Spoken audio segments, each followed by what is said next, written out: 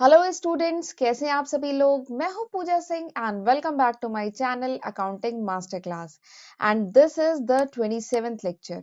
ये हमारा 27वां लेक्चर है on the subject economics. And आज के लेक्चर में हम एक बहुत ही इंपॉर्टेंट और बहुत इजी टॉपिक भी है वो हम डिस्कस करने वाले हैं, दैट इज मार्केट इक्विलिब्रियम। हम लोग डिमांड पढ़ चुके हैं, थ्योरी ऑफ डिमांड हमने डिटेल में पढ़ लिया, थ्योरी ऑफ सप्लाई हमने डिटेल में पढ़ लिया, फॉर्म्स ऑफ मार्केट पढ़ लिए। अब हम पढ़ेंगे वो सिचुएशन जिस सिचुएशन में मार्केट इक्विलिब्रियम की पोजीशन में होता है। ठीक है, बहुत ही इंपॉर्टेंट टॉपिक है, तो ध्यान से समझिएगा। चलिए मैं अब बताती हूँ डिटेल में कि आज के लेक्चर में हम क्या क्या पढ़ेंगे। तो आज मैं सबसे पहले आपको बताऊंगी कि मार्केट इक्विलिब्रियम क्या होता है, ठीक है, इसका क्या मतलब है। उसके बाद हम समझेंगे कि कैसे डिटरमाइन किया जाता है market equilibrium in perfect competition market. इसको मैं आपको ग्राफ के साथ बताऊंगी। फिर उसके बाद हम बताएंगे कि एक्सेस डिमांड की कंडीशन में क्या होता है, एक्सेस सप्लाई, सॉरी यहाँ पे सप्लाई होगा। एक्सेस डिमांड की कंडीशन में क्या होता है और एक्सेस सप्लाई की कंडीशन में क्या होता है, ठीक है, कैसे मार्केट इक्विलिब्रियम की पोजीशन को रीच करता है, तो ये हम समझेंगे। उसके बाद मैं लास्ट में आपको बताऊंगी assumptions of market equilibrium. Market equilibrium के कुछ assumptions भी हैं, तो वो हम देखेंगे। ठीक है, तो ये सारे टॉपिक आज हम डिटेल में इस लेक्चर में डिस्कस करने वाले हैं। और आप अगर चैनल पे मेरे फर्स्ट टाइम आए हैं तो चैनल को जरूर सब्सक्राइब कर लीजिएगा और नोटिफिकेशन बेल भी प्रेस करना जरूरी है, so that you get the notification of my upcoming videos. क्योंकि मेरे चैनल पे आपको जो कॉमर्स स्ट्रीम के जो डिफरेंट सब्जेक्ट है ना, उनकी वीडियो लेक्चर सीरीज मिलती है। ठीक है, मैंने अपने चैनल पे आज की तारीख यानी कि दिसंबर 2021 तक अप्रोक्सीमेटली 300 वीडियो लेक्चर्स अपलोड किए हैं और बहुत सारे वीडियोस पाइपलाइन में हैं। तो मैं चाहूंगी आप इनका जरूर फायदा उठाइए, इनकी हेल्प से खुद भी पढ़िए और अपने फ्रेंड्स के साथ भी ज्यादा से ज्यादा शेयर करिए। ओके, और इस लेक्चर के ओवर होने के बाद मेरे चैनल पे जाके एक बार प्लेलिस्ट जरूर चेक करिएगा और मुझे पूरी उम्मीद है कि जो भी टॉपिक आप सर्च कर रहे हैं पढ़ने के लिए वो आपको इजीली मेरे चैनल पे मिल जाएगा। और लेक्चर ओवर होने के बाद अगर लगे कि आपने आज कुछ लेक्चर में नया सीखा है, कुछ कॉन्सेप्ट क्लियर हुआ है, तो प्लीज मुझे कमेंट सेक्शन में जरूर बताइएगा। और अगर ये लेक्चर यूजफुल न लगे ना तो भी जरूर बताइएगा। ठीक है, मैं कोशिश करूंगी कि आपके डाउट को क्लियर कर पाऊं। ओके, तो चलिए फिर बिना टाइम वेस्ट किए हम आज का लेक्चर स्टार्ट करते हैं। Market equilibrium. तो मार्केट इक्विलिब्रियम क्या होता है? तो मार्केट इक्विलिब्रियम मार्केट की वो स्टेट है, वो सिचुएशन है जिस सिचुएशन पे क्या होता है, demand of a commodity is equals to supply of the commodity. ये बात समझ में आई? मार्केट इक्विलिब्रियम क्या है? मार्केट इक्विलिब्रियम वो स्टेट है, वो सिचुएशन है जिसपे demand of the commodity is equals to supply of the commodity. इसीलिए मैंने लिखा है dx is equals to sx, मतलब demand of the commodity x is equals to the supply of commodity x। जितनी मार्केट में demand है उस commodity की उतनी ही सप्लाई है। तो ऐसे सिचुएशन में हम कहते हैं मार्केट इक्विलिब्रियम। ठीक है, कि हम कहते हैं मार्केट इक्विलिब्रियम की पोजीशन पे। और ऐसी सिचुएशन में ना तो एक्सेस डिमांड होती है ना एक्सेस सप्लाई होती है। ठीक है, सप्लाई एग्जैक्टली इक्वल्स टू होती है किसके, डिमांड के, राइट। और मार्केट इक्विलिब्रियम की पोजीशन पे जो प्राइस होती है ना उसको कहते हैं इक्विलिब्रियम प्राइस। अभी मैं आपको ग्राफ से बताऊंगी तो और अच्छे से समझ में आएगा। मार्केट इक्विलिब्रियम की पोजीशन पे जो प्राइस प्रिवेल करती है, जो प्राइस एग्जिस्ट करती है उस पोजीशन पे उसको कहते हैं इक्विलिब्रियम प्राइस। और जो क्वांटिटी उस समय होती है इक्विलिब्रियम की पोजीशन पे, जो क्वांटिटी सप्लाइड या क्वांटिटी डिमांडेड होती है उसको कहते हैं इक्विलिब्रियम क्वांटिटी। ठीक है, तो यहां तक तो समझ में आया ना। चलिए अब मैं आपको बताती हूँ कि परफेक्ट कंपटीशन मार्केट में, ठीक है, परफेक्ट कंपटीशन मार्केट में कैसे मार्केट इक्विलिब्रियम डिटरमाइन किया जाता है। तो सबसे पहले हम परफेक्ट कंपटीशन मार्केट के केस में जानते हैं कि परफेक्ट कंपटीशन मार्केट में जो प्राइस होती है वो कैसे डिसाइड होती है, on the basis of demand and supply. बताया था ना, डिमांड और सप्लाई, मार्केट डिमांड और मार्केट सप्लाई के बेसिस पे प्राइस डिसाइड होती है। किसमें? परफेक्ट कंपटीशन मार्केट में। इसीलिए परफेक्ट कंपटीशन मार्केट में को क्या कहा जाता है, they are the price taker. ये क्या होते हैं? They are the price taker, not price maker. वो प्राइस मेकर नहीं होते, प्राइस टेकर होते हैं। ठीक। अच्छा एक बात और है, ये जो मार्केट इक्विलिब्रियम का कॉन्सेप्ट हम लोग पढ़ रहे हैं ना, इससे पहले आपका डिमांड सप्लाई और फॉर्म ऑफ मार्केट, ये थोड़ा सा कॉन्सेप्ट क्लियर होना जरूरी है। ठीक, क्योंकि यहाँ पे वही कॉन्सेप्ट यूज होंगे, डिमांड के कॉन्सेप्ट, सप्लाई के कॉन्सेप्ट और मार्केट के कॉन्सेप्ट। ठीक है, वही यूज होंगे, तो थोड़ा सा वो कॉन्सेप्ट क्लियर होना जरूरी है। इसीलिए ये टॉपिक पढ़ाने से पहले मैं थ्योरी ऑफ डिमांड पूरा पढ़ा चुकी हूँ, थ्योरी ऑफ सप्लाई पूरा पढ़ा चुकी हूँ, एंड फॉर्म्स ऑफ मार्केट मैंने कल ही अपलोड किया है, तो वो भी मैंने पढ़ा दिया है। ठीक, चलिए, तो परफेक्ट कंपटीशन मार्केट में क्या होता है, मार्केट इक्विलिब्रियम कैसे डिसाइड होता है या प्राइस कैसे डिसाइड होती है, on the basis of market demand and market supply. Market demand and market supply तो याद है ना क्या होता है। देखिए हमने पढ़ा था ना, individual demand market demand, individual supply market supply पढ़ा था ना। यहाँ पे market demand and market supply के बेसिस पे मार्केट इक्विलिब्रियम डिटरमाइन होता है। मार्केट डिमांड क्या होता है, चलिए एक बार रिवाइज करा देती हूँ। मार्केट डिमांड मतलब total demand, sum total demand of for a commodity by all the buyer in the market. Market में जितने भी बायर हैं उनकी जो टोटल डिमांड है कमोडिटी को लेके, उसको क्या कहते हैं, मार्केट डिमांड। और मार्केट सप्लाई क्या है, sum total of supply of commodity. जो कमोडिटी है उसकी पूरी supply, sum total of supply of all the commodity, ठीक है, इन the market is called market supply. जो भी कमोडिटी है उसकी जो टोटल सप्लाई है मार्केट में, ठीक है, उसको हम कहते हैं मार्केट सप्लाई। और इक्विलिब्रियम कब रीच होता है, मार्केट इक्विलिब्रियम कब रीच होता है परफेक्ट कंपटीशन मार्केट में। अभी मैंने लास्ट स्लाइड में आपको बताया था कि परफेक्ट कंपटीशन मार्केट में मार्केट इक्विलिब्रियम कब रीच होगा, जब एट प्रिवेलिंग प्राइस, जो भी एग्जिस्टिंग प्राइस है, ठीक है, जो डिमांड और सप्लाई के बेसिस पे डिसाइड होती है price, at prevailing price quantity demanded is equals to quantity supply. जब quantity demanded is equals to quantity supply होता है तो मार्केट इक्विलिब्रियम की पोजीशन क्या होती है, रीच होती है। और इस पोजीशन पे ना एक्सेस डिमांड होती है ना एक्सेस सप्लाई होती है मार्केट में। तो इस तरीके से परफेक्ट कंपटीशन मार्केट में मार्केट इक्विलिब्रियम डिटरमाइन किया जाता है। अब मैं आपको ग्राफ से बताऊंगी, ठीक है, ग्राफ से ज्यादा अच्छे से समझ में आएगा। और एग्जाम में क्वेश्चन आए तो आप लिखेंगे तो है ही कि मार्केट इक्विलिब्रियम की क्या कंडीशन होती है, वो लिखेंगे। इक्विलिब्रियम प्राइस क्या होती है, इक्विलिब्रियम क्वांटिटी क्या होती है, वो सारी बातें लिखेंगे। और उसके साथ ये टेबल और ये ग्राफ तो बनाना ही बनाना है। बिना ग्राफ के इसका जो सॉल्यूशन है दैट इज इनकम्प्लीट। ठीक, तो ग्राफ बनाना है। अब मैं आपको ये टेबल और ये ग्राफ समझाती हूँ। देखिए, मैंने एक टेबल ली है, यहाँ पे पहले कॉलम में प्राइस है, दूसरे कॉलम में सप्लाई, मार्केट सप्लाई जो है, क्वांटिटी सप्लाई वो शो कर रहे हैं, यहाँ पे हम डिमांड को शो कर रहे हैं, ठीक है। तो अब हम लॉ ऑफ सप्लाई भी जानते हैं, लॉ ऑफ डिमांड भी जानते हैं। लॉ ऑफ सप्लाई क्या कहता है, लॉ ऑफ सप्लाई कहता है कि जैसे जैसे प्राइस बढ़ती जाती है, सप्लाई क्या होती है, बढ़ती जाती है। Supply and prices positively related, directly related होते हैं ना, ठीक है, ये कहता है law of supply. Law of demand क्या कहता है कि जैसे जैसे प्राइस बढ़ती जाती है डिमांड ऑफ द कमोडिटी घटती जाती है। तो ये क्या कहता है कि it is inversely related. Law of supply कहता है कि price and quantity is inversely related. ठीक, तो वही, बस वही लॉजिक यहाँ पे लगा है। पहला कॉलम है प्राइस का।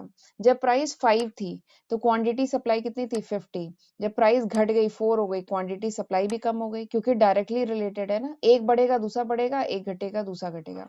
प्राइस 3 हुई, क्वांटिटी सप्लाई 30, प्राइस 2 हुई, ये 20 हो गया, ये 1 हुई तो ये 10 हो गया। ठीक, क्वांटिटी डिमांडेड में क्या इंपैक्ट होगा, ये इनवर्सली रिलेटेड होता है। प्राइस ज्यादा है तो क्वांटिटी डिमांडेड कम है, 10। प्राइस कम हो गई, क्या 4 हो गई, तो क्वांटिटी डिमांडेड थोड़ी सी बढ़ गई, 20 हो गई। फिर 3 पे कितना हो गया, 30, 2 पे कितना हो गया, 40, 1 पे कितना हो गया, 50। तो आप देख रहे हैं डिमांड और price, demand and price this is inversely related, and price and supply this is positively related.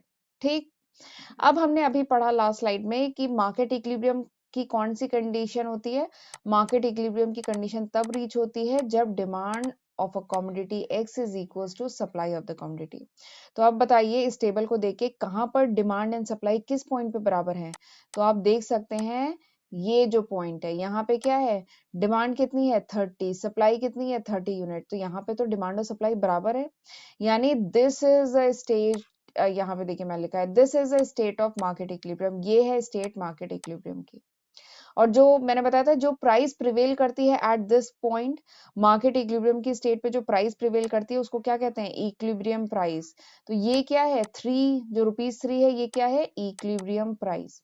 ठीक, और ये जो मार्केट इक्विलिब्रियम है इसके ऊपर जो क्वांटिटी है, यहाँ पे अगर आप देखेंगे तो यहाँ पे देखिए क्या है, सप्लाई ज्यादा है 50-40, डिमांड क्या है 10-20, यानी सप्लाई ज्यादा है डिमांड कम है।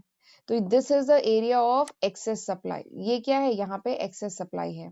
तो मार्केट इक्विलिब्रियम के ऊपर, ठीक है, मार्केट इक्विलिब्रियम की स्टेज से ऊपर जब प्राइस ज्यादा होती है, इक्विलिब्रियम प्राइस से ज्यादा जब प्राइस होती है, तो वो कौन सी स्टेज होती है, वो एक्सेस सप्लाई की स्टेज होती है।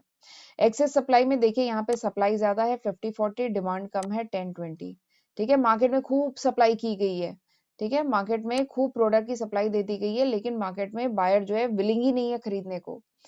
क्यों नहीं है, क्योंकि प्राइस बहुत ज्यादा है। ठीक है, प्राइस बहुत ज्यादा है तो वो विलिंग नहीं है खरीदने के लिए, बायर जो है इच्छुक नहीं है खरीदने के लिए, लेकिन सप्लाई खूब है मार्केट में। तो this is a state of excess supply. और अगर हम इक्विलिब्रियम की स्टेज के नीचे देखें, तो यहाँ पे क्या है, सप्लाई कम है 10-20। ठीक है, सप्लाई कम है जबकि डिमांड बहुत ज्यादा है। ठीक है, सप्लाई मार्केट में प्रोडक्ट की सप्लाई बहुत कम है, लेकिन डिमांड क्या है, बहुत ज्यादा है। जो बायर्स हैं वो बहुत प्रोडक्ट खरीदना चाहते हैं, लेकिन मार्केट में उतने प्रोडक्ट है ही नहीं। ठीक है, क्यों, क्योंकि यहाँ पे प्राइस कम है। देखिए यहाँ पे प्राइस कम है, इक्विलिब्रियम प्राइस से लो है प्राइस। तो इक्विलिब्रियम प्राइस से लो अगर प्राइस होती है तो वो क्या स्टेज होती है, वो होती है एक्सेस डिमांड की स्टेज। एक्सेस डिमांड में देखिए यहाँ पे डिमांड ज्यादा है, सप्लाई कम है। ठीक है, एमसीक्यूज या वाइवा में बहुत पूछा जाता है कि एक्सेस डिमांड की स्टेज में इक्विलिब्रियम प्राइस कम होती है, जो प्राइस एक्सेस डिमांड की स्टेज में जो प्राइस होती है वो इक्विलिब्रियम प्राइस की से कम होती है कि ज्यादा होती है, तो देखिए कम होती है, और एक्सेस सप्लाई में ज्यादा होती है। ठीक है, तो ये कॉन्सेप्ट भी बहुत इंपॉर्टेंट है एमसीक्यूज में, इसमें डिफरेंट तरीके से सवाल पूछे जा सकते हैं। तो आपको अगर लॉजिक पता है ना, तो चाहे जैसे भी घुमा के क्वेश्चन पूछ लिया जाए, यू कैन आंसर। तो ये लॉजिक जरा समझिएगा। ठीक, अब मैं जरा आपको ग्राफ से समझाती हूँ। ये एक ग्राफ बनाया है, ठीक है, वाई एक्सिस पे प्राइस को प्लॉट किया है, एक्स एक्सिस पे क्वांटिटी को प्लॉट किया है। ठीक है, ये देखिए क्वांटिटी है 10, 20, 30, 40, 50। ठीक है, और यहाँ पे प्राइस है 1, 2, 3, 4, 5। ग्राफ में टेबल में यही है ना, 1, 2, 3, 4, 5 प्राइस है, तो ये हमने प्लॉट किया है। अब इस सेम ग्राफ में हम डिमांड कर्व और सप्लाई कर्व दोनों को प्लॉट करेंगे। चलिए पहले सप्लाई प्लॉट करते हैं। सप्लाई क्या है, 5 पे 50। सप्लाई क्या है, ये देखिए 5 पे 50, तो ये पॉइंट मिला। फिर क्या है, 4 पे 40, तो देखिए 4 पे 40, ये पॉइंट मिला। 3 पे 30, ये मिला। 2 पे 20, ये मिला। 1 पे 10, ये मिला। ठीक है, तो आप इनको जोड़ दीजिए तो आपको क्या मिल जाएगा, सप्लाई कर्व। तो सप्लाई का कर्व हमें मिल गया। अब डिमांड का कर्व बनाए, क्या है, 5 पे 10, 5 पे 10, ये पॉइंट मिला। 4 पे 20, ये पॉइंट मिला। 3 पे 30, ये टेबल से देख के बोल रही हूँ। 2 में 40, ये पॉइंट मिला, एंड 1 पे 50, ये पॉइंट मिला। तो अब आप इनको जोड़ दीजिए तो आपको मिल जाएगा डिमांड कर्व। तो डिमांड कर्व ये रहा, सप्लाई कर्व ये रहा, मिल गया दोनों, ये है सप्लाई कर्व, ये है डिमांड कर्व। ठीक, अब अभी हमने पढ़ा कि मार्केट इक्विलिब्रियम की पोजीशन कौन सी होती है, ये जहां पर डिमांड और सप्लाई बराबर हो। तो डिमांड और सप्लाई किस पॉइंट पे बराबर होते हैं, जहां पे ये दो कर्व इंटरसेक्ट करेंगे वहीं पे तो बराबर होते हैं ना। तो यानी पॉइंट ई पे ये दोनों कर्व क्या है, इंटरसेक्ट कर रहे हैं, यानी this is the point of market equilibrium. ये पॉइंट क्या है, मार्केट इक्विलिब्रियम का पॉइंट है। ठीक है, और इससे अगर हम परपेंडिकुलर ड्रॉप करें एक्स एक्सिस और वाई एक्सिस पे, तो ये यहाँ पे कट करेगा 3 पॉइंट पे, यानी this is a point of equilibrium price. ये इक्विलिब्रियम प्राइस है, और ये क्या है, इक्विलिब्रियम क्वांटिटी। पॉइंट ई क्या है, इक्विलिब्रियम, मार्केट इक्विलिब्रियम की पोजीशन है। और 3 क्या है, this is the equilibrium price, and this is the equilibrium quantity. ठीक, तो इस तरीके से पता किया जाता है market equilibrium under perfect competition market, right. अब जरा थोड़ा सा और आपको ग्राफ में बताती हूँ। ये देखिए, ये जो एरिया है ए से लेके बी, ठीक है, ये जो ए से लेके बी, ये जो एरिया है, this is the area of excess supply. ये एक्सेस सप्लाई का एरिया है, क्यों, क्योंकि देखिए यहाँ पे सप्लाई ज्यादा है। अब आप बोलेंगे सप्लाई कैसे ज्यादा है, जरा पॉइंट बी से अगर आप परपेंडिकुलर ड्रॉप करिए क्वांटिटी पे, तो सप्लाई कितनी है, 50, और डिमांड कितनी है, डिमांड कर्व ये रहा, यहाँ से आप यहाँ पे ड्रॉप करिए परपेंडिकुलर, तो 10। यानी अगर मैं ये जो लाइन है ए बी, इसकी अगर बात करूं इस पोजीशन पे, यानी जब प्राइस है 5 रुपए, तो 5 रुपए की प्राइस पे जो सप्लाई है वो कितनी है, सप्लाई तो बहुत है मार्केट में, 50 यूनिट की सप्लाई है, लेकिन डिमांड है ही नहीं, लोग इतने महंगे प्राइस पे खरीदने को रेडी ही नहीं है। डिमांड कितनी है, 10 यूनिट की, सप्लाई कितनी है, 50 यूनिट की, किस प्राइस पे, 5 रुपीज की प्राइस पे। ठीक है, तो ये एरिया क्या है, this is the area of excess supply. यहाँ पे एक्सेस सप्लाई का एरिया है, सरप्लस का एरिया है। ठीक। और यहाँ पे अगर मैं बात करूं, ये जो point C and point D है, इस पे अगर मैं बात करूं तो डी पॉइंट से परपेंडिकुलर ड्रॉप करिए 40 पे आएगा, सी पॉइंट से परपेंडिकुलर ड्रॉप करिए 20 पे आएगा। यानी अगर मैं सी डी, ये जो लाइन है, इस पे अगर बात करूं तो डी पॉइंट पे डिमांड कितनी है, 40 यूनिट की डिमांड है, ठीक है। सप्लाई कितनी है, 20 यूनिट की। डिमांड तो बहुत ज्यादा है मार्केट में, बहुत सारे बायर हैं जो सामान खरीदना चाहते हैं, लेकिन जो सप्लाई है वो कितनी है, केवल 20 यूनिट की सप्लाई मार्केट में है। प्रोडक्ट अवेलेबल ही नहीं है, आधी यूनिट का प्रोडक्ट अवेलेबल है मार्केट में। क्यों? क्योंकि प्राइस कम है। देखिए 2 रुपए प्राइस है, तो इस पे क्या है, डिमांड बहुत ज्यादा है, हर बायर खरीदना चाहता है, लेकिन सप्लाई है ही नहीं मार्केट में। तो यहाँ पे क्या है, देयर इज ए शॉर्टेज, यहाँ पे शॉर्टेज है, ठीक है। यहाँ पे क्या है, एक्सेस डिमांड, डिमांड बहुत ज्यादा है, सप्लाई बहुत कम है। तो ना ये स्टेज इक्विलिब्रियम है, ना ये स्टेज इक्विलिब्रियम है। तो इक्विलिब्रियम की स्टेज पे न तो एक्सेस सप्लाई होती है, न एक्सेस डिमांड होता है। इक्विलिब्रियम की स्टेज पे क्या होता है, डिमांड और सप्लाई बराबर होता है, जो पॉइंट ई पर है, ठीक। तो ये ग्राफ तो आपको बनाना ही है एग्जाम में और इसको एक्सप्लेन करना है, ठीक। अब मैं आपको बताने जा रही हूँ एक्सेस सप्लाई की स्टेज पे क्या होता है। एक्सेस सप्लाई अगर है तो ये वही ग्राफ है जो पीछे लास्ट स्लाइड में था। तो एक्सेस सप्लाई और एक्सेस डिमांड तो आपको समझ में आ गया होगा। अब मैं बताती हूँ एक्सेस सप्लाई की स्टेज पे होता क्या है। देखिए एक्सेस सप्लाई, जब सप्लाई बहुत ज्यादा है, मार्केट में खूब सप्लाई है, लेकिन बायर ही नहीं है खरीदने के लिए। एक्सेस सप्लाई में देखिए क्या है, 50 यूनिट मार्केट में सप्लाई की गई है, ठीक है, दिया गया है सेल के लिए, लेकिन जो बायर है केवल 10 यूनिट खरीदना चाह रहे हैं एट प्राइस 5। 5 रुपए की स्टेज पे सप्लाई तो बहुत ज्यादा है 50 यूनिट, लेकिन बायर नहीं है, डिमांड बहुत कम है, ठीक है, 10 है यूनिट डिमांड इसकी। तो because of the pressure of excess supply, क्योंकि एक्सेस सप्लाई बहुत ज्यादा कर दी गई है मार्केट में, तो उससे क्या है, because of the pressure of excess supply, excess supply की वजह से प्रोडक्ट बिक नहीं रहा है, डिमांड नहीं है मार्केट में, तो प्रोड्यूसर को क्या करना पड़ेगा, प्राइस को रिड्यूस करना पड़ेगा। सामान जब बिकेगा नहीं, सप्लाई बहुत ज्यादा की है, डिमांड है ही नहीं, तो क्या करना पड़ेगा प्रोड्यूसर को, इसकी प्राइस रिड्यूस करनी पड़ेगी, 5 से 4 करनी पड़ेगी और अल्टीमेटली 3 करनी पड़ेगी। कैसे 3 तक पहुंचेगा बताऊंगी। तो प्रोड्यूसर को क्या करनी पड़ेगी, मार्केट प्राइस रिड्यूस करनी पड़ेगी, ठीक है, 5 से 4 हो जाएगी प्राइस और अल्टीमेटली 3 हो जाएगी। और अब हमने लॉ ऑफ डिमांड पढ़ा है, लॉ ऑफ सप्लाई पढ़ा है। जब प्राइस रिड्यूस होती है, ठीक है, अब मैं यहाँ पे लिखती हूँ, जब प्राइस रिड्यूस होती है तो सप्लाई क्या होती है, रिड्यूस होती है। जब प्राइस रिड्यूस होती है तो सप्लाई रिड्यूस होती है। जब प्राइस रिड्यूस होती है तो डिमांड, ये डिमांड, जब प्राइस रिड्यूस होती है तो डिमांड क्या होती है, राइज करती है, ठीक है। तो जब प्रोड्यूसर ने प्राइस को रिड्यूस कर दिया, 5 से 4 कर दिया, तो सप्लाई देखिए क्या है, सप्लाई रिड्यूस हो रही है ना, तो जो पॉइंट बी पे जो सप्लाई थी that will move two point E. Supply जो बी पॉइंट पे थी वो सप्लाई कहाँ पे मूव कर जाएगी, वो मूव कर जाएगी पॉइंट ई पे, ठीक। और जब प्राइस रिड्यूस होगी तो जो डिमांड पहले 10 यूनिट की थी, अब वो डिमांड बढ़ जाएगी, वो पॉइंट ई पे मूव कर जाएगी। पहले सप्लाई 30 यूनिट की थी, सप्लाई घट जाएगी, अब वो, सॉरी, पहले जो सप्लाई 50 यूनिट की थी, अब सप्लाई घट जाएगी, 30 यूनिट की हो जाएगी। जब वो 5 से 4 और 4 से 3 प्राइस रिड्यूस करेगा प्रोड्यूसर, तो पहले सप्लाई कितनी थी, 50 यूनिट की थी, वो घटा के अब कर देगा 30 यूनिट।